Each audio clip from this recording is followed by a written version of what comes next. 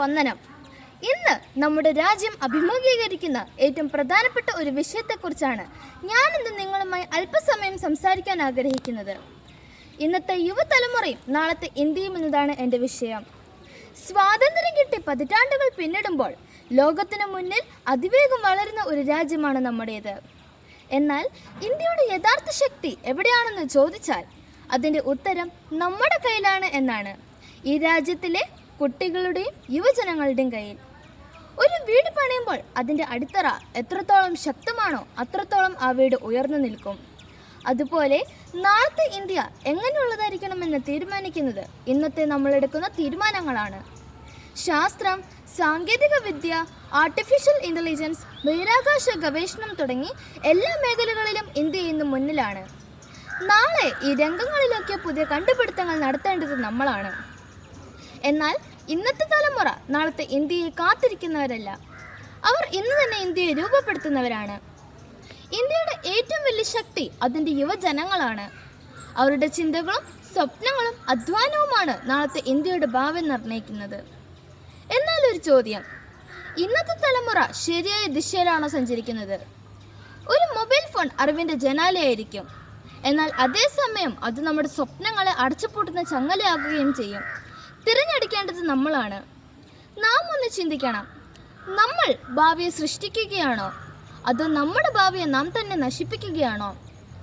ഒരു വശത്ത് ചന്ദ്രനിലേക്കും ചൊവ്വയിലേക്കും പറക്കുന്ന ഇന്ത്യ, മറുവശത്ത് മൊബൈൽ സ്ക്രീനിൽ മണിക്കൂറുകളോളം സമയം പാഴാക്കുന്ന യുവതലമുറ.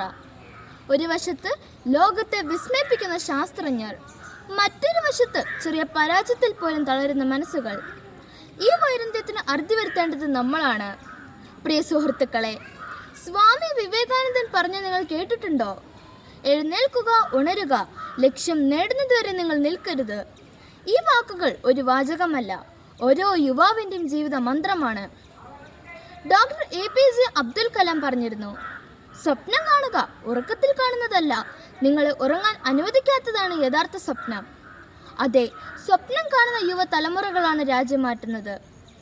ശാസ്ത്രം എഴുതുന്നത് സൗകര്യങ്ങളിൽ ജീവിച്ചവരല്ല, വെല്ലുവിളികളെ അതിജീവിച്ചവരാണ്.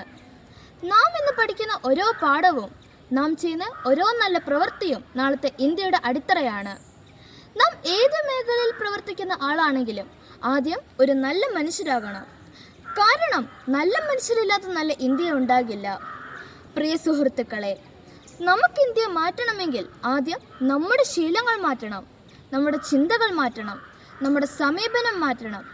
മൊബൈലിന് അടിമയാകുന്ന തലമുറയല്ല വേണ്ടത്, മറിച്ച് മാതൃരാജ്യത്തെ അഭിമാനമാക്കുന്ന യുവജനങ്ങളാകണം.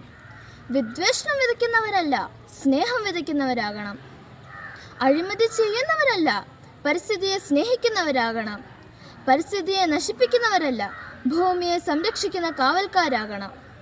ഓർക്കുക, ഇന്ന് ക്ലാസ് മുറിയിലിരിക്കുന്ന ഒരു വിദ്യാർത്ഥി നാളെ ഇന്ത്യയുടെ പ്രധാനമന്ത്രിയായേക്കാം.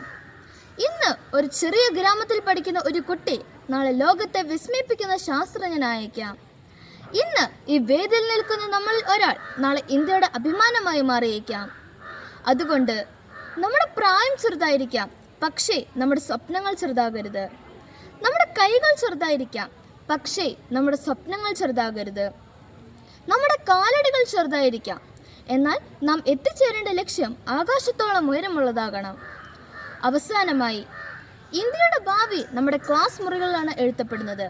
ക്ലാസ് മുറികളിലിരിക്കുന്ന നമ്മൾ ശാസ്ത്രം പഠിക്കുക മാത്രമല്ല, അത് സൃഷ്ടിക്കുകയാണ് വേണ്ടത്. നാളത്തെ ഇന്ത്യ ശക്തമാകണമെങ്കിൽ ഇന്നത്തെ യുവാക്കൾക്ക് നല്ല വിദ്യാഭ്യാസവും നല്ല മൂല്യങ്ങളും അച്ചടക്കവും കരുണയും ദേശസ്നേഹവും ഉണ്ടായിരിക്കണം.